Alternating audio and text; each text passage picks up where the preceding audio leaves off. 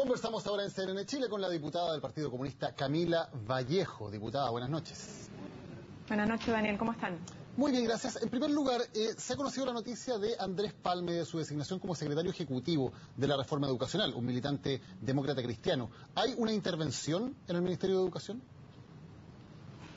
Se ha especulado mucho de intervenciones hace rato. Mira, yo conocí la noticia recién, así que es difícil poder tener un juicio al respecto. No podría decir si es una intervención o no, si es un apoyo, si es un reforzamiento. La verdad es que no tengo opinión, porque recientemente conocí la noticia. Ahora, esto se suma a las críticas que ha hecho Ignacio Walker sobre el tema de la reforma y el reconocimiento del mismo ministro Izaguirre de que claramente se va a diferenciar entre fines y herramientas. Da la impresión de que la democracia cristiana estaría ganando poder frente al ministro Izaguirre. A ver, sin lugar a dudas hay un acuerdo programático en donde estamos todos los partidos de la nueva mayoría involucrados, que tiene que ver con garantizar que la educación sea concebida en todo proyecto de ley como un derecho humano, social, universal y no como un bien de consumo, y por lo tanto estamos de acuerdo con que el copago se reemplace, con que se termine con la selección y se termine con el lucro en la educación en todos los niveles. Sin embargo, obviamente pueden haber diferencias en los instrumentos. Lo importante es que los cuestionamientos a los instrumentos vayan de la mano con propuestas de instrumentos que apunten en la dirección de los objetivos y no distorsionen los objetivos. Y ahí obviamente es que se ha dado, yo creo, la principal discusión y los principales reparos hacia las declaraciones de Ignacio Walker. Ahora, ¿le parece que era necesario reforzar no solo mediante Andrés Palma, sino también, por ejemplo, mediante el cambio del jefe de gabinete del Mineduc? ¿Usted notaba débil o necesitado de apoyo en Mineduc?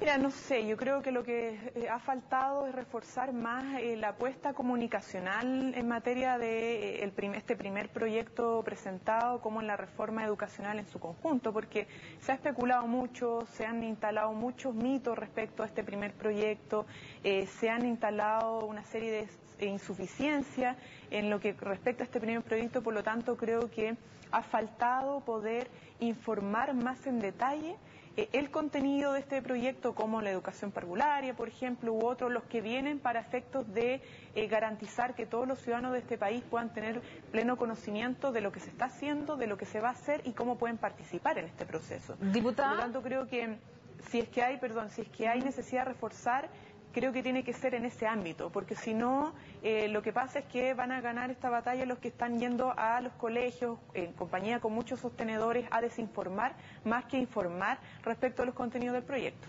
Esa desinformación y esa instalación de mitos que usted menciona, ¿vienen solo de parte de la centroderecha, solo de parte de grupos de colegios particulares subvencionados, o también esa desinformación ha venido desde el interior de la nueva mayoría?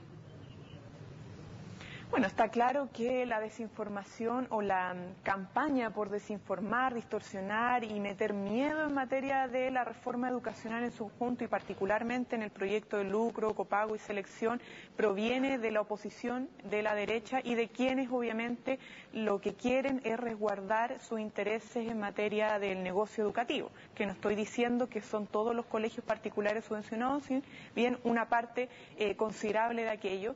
Y obviamente también, y yo lo he dicho, que creo que la opinión que ha emitido el senador de la ADC no contribuye a los propósitos del programa de la nueva mayoría en esta materia. Sin embargo, creo que la principal preocupación está centrada en esta campaña del terror que ha generado particularmente, o se ha incubado más bien, por parte de la derecha de nuestro país.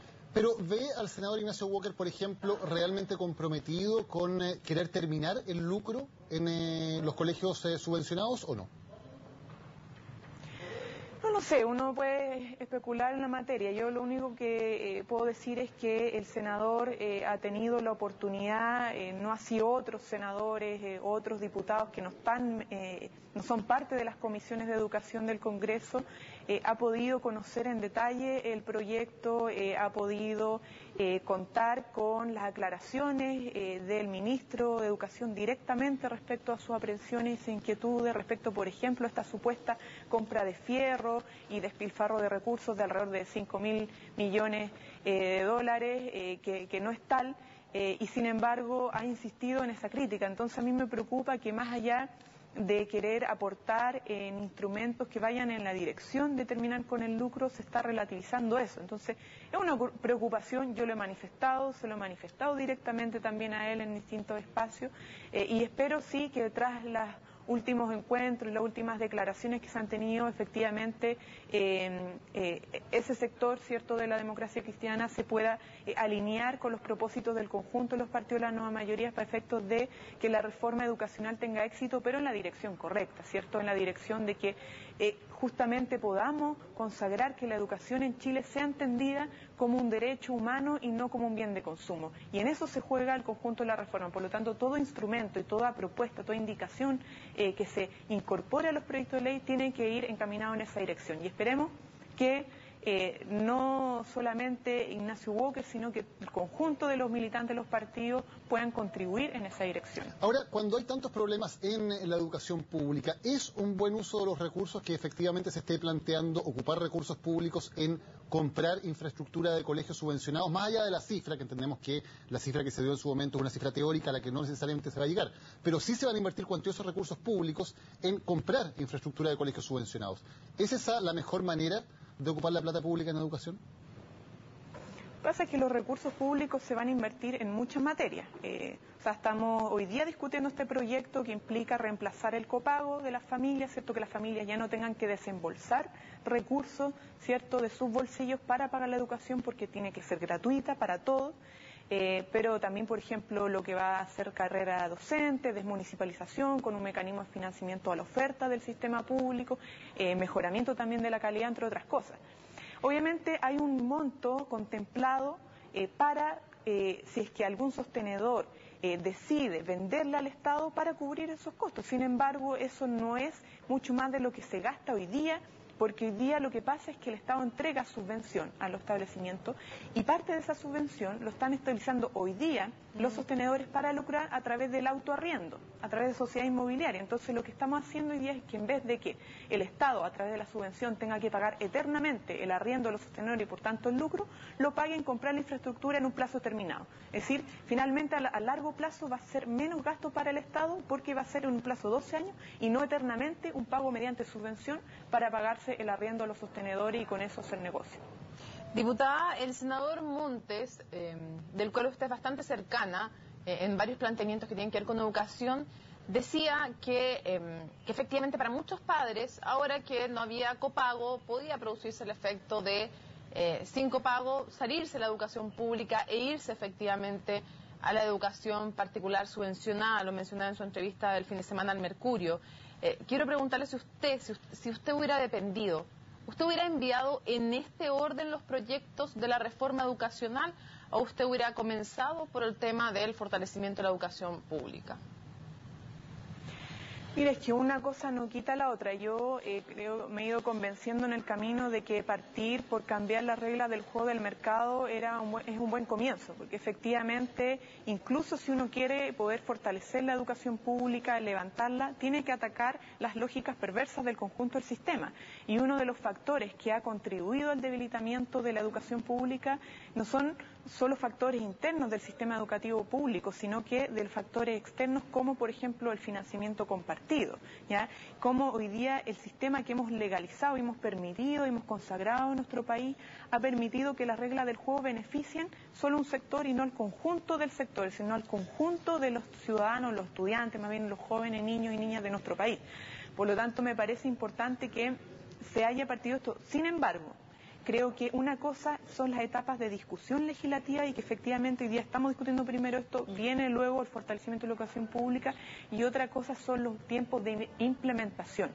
Con esto quiero decir que es importante que en los tiempos de implementación el término del financiamiento compartido, ¿cierto? Es decir, la gratuidad en el sistema particular subvencionado, el término de la selección y el término del lucro vayan implementándose de manera paralela con la desmunicipalización, con nueva inyección de recursos públicos al sistema público, con carrera docente, entre otras. Así que vayan a la par y no una antes de la otra. Y creo que ahí se juega un poco más esta observación crítica que se ha tenido de si partimos con un proyecto o no antes. O sea, más allá de los tiempos de discusión, que la implementación sea paralela.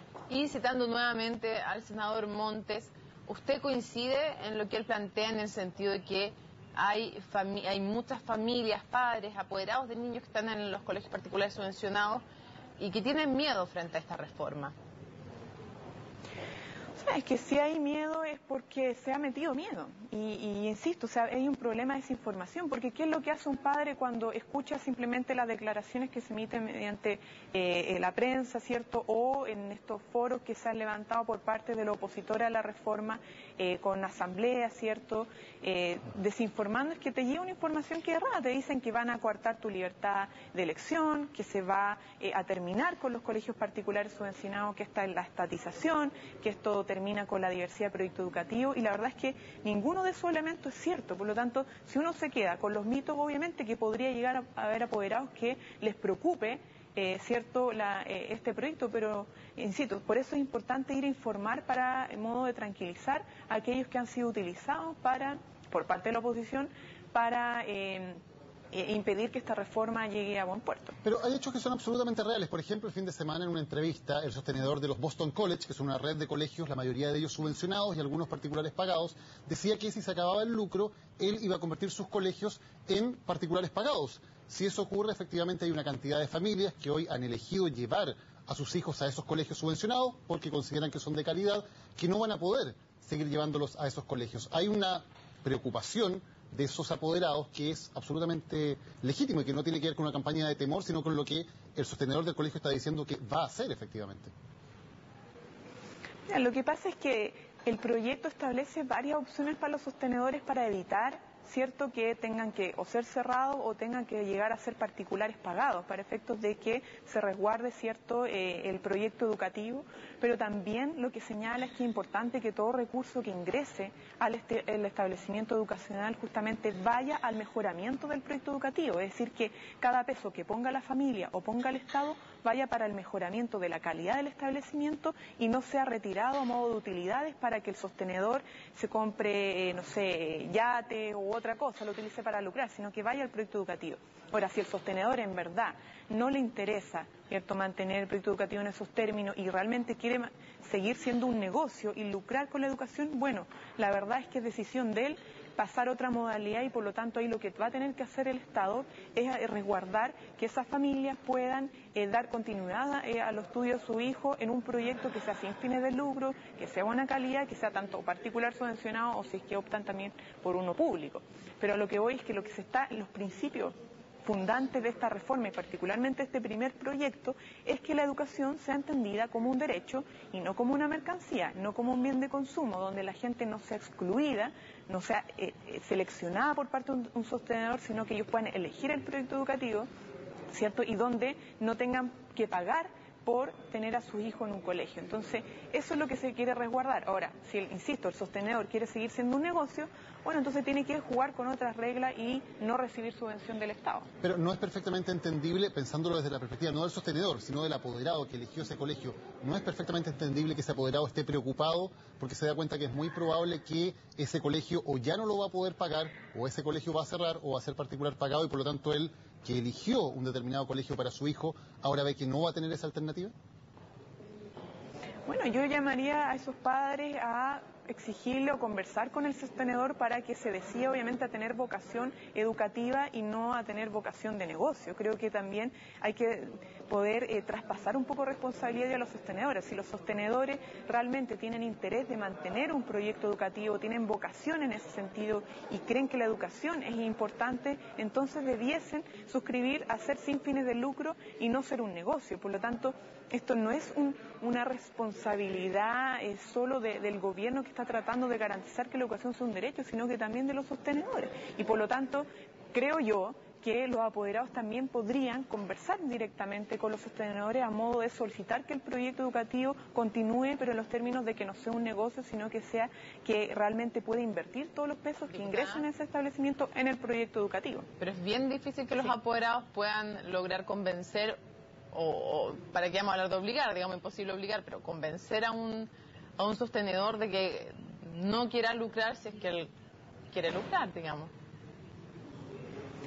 No, pero es que entonces vamos a seguir permitiendo que la educación sea una mercancía, vamos a seguir permitiendo que los recursos de todos los chilenos vayan a parar a los bolsillos de los sostenedores, vamos a seguir permitiendo que los recursos de los chilenos y de las mismas familias que aportan sigan derivando en un negocio o sigan fomentando proyectos que seleccionan, ¿cierto?, que segregan. Yo creo que no, o sea, si aquí hay una discusión de sociedad que hemos dado. Y en general los ciudadanos se han expresado porque esto tiene que avanzarse en esa dirección, ¿cierto? Que la educación tiene que ser concebida en esos términos. Por lo tanto, creo que también hay que jugarse un poco en eso y entender que aquí hay un interés, hay una comunidad de intereses que está en juego. Y si vemos que solamente tenemos que resguardar nuestros intereses individuales por sobre los colectivos, creo que sería una demostración de que no estamos avanzando en la dirección correcta. Ahora, ¿está usted por poner peso a peso, es decir, lo que se saque de financiamiento compartido, ponerlo completo de parte del Estado y para todos los colegios? Y se lo menciono porque hay 230 y tantos colegios que cobran más de 41.000 pesos, hasta 80.000 de financiamiento compartido, y que cuando esté implementada ya en régimen esta reforma, se van a quedar con menos plata para funcionar. ¿Qué le dice usted? Son cerca de 300.000 alumnos. ¿Qué le dice a sus papás que están preocupados? Porque dicen al final, yo no voy a poder poner esa plata y el Estado no me va a poner el total de lo que yo ponía. Por lo tanto, el colegio de mi hijo va a funcionar con menos recursos. ¿Qué le dice usted a esos 300.000 niños, a esas 300.000 familias, en definitiva? Mira, primero decir que eso es relativo, porque efectivamente, como nosotros lo que queremos hacer es garantizar que se termine con el lucro, por lo tanto que todo lo que hoy día está siendo retirado, que son millones de dólares anualmente en el sistema, sea realmente reinvertido. Es relativo esto de que el financiamiento por niños va a disminuir, porque debiese en general aumentar.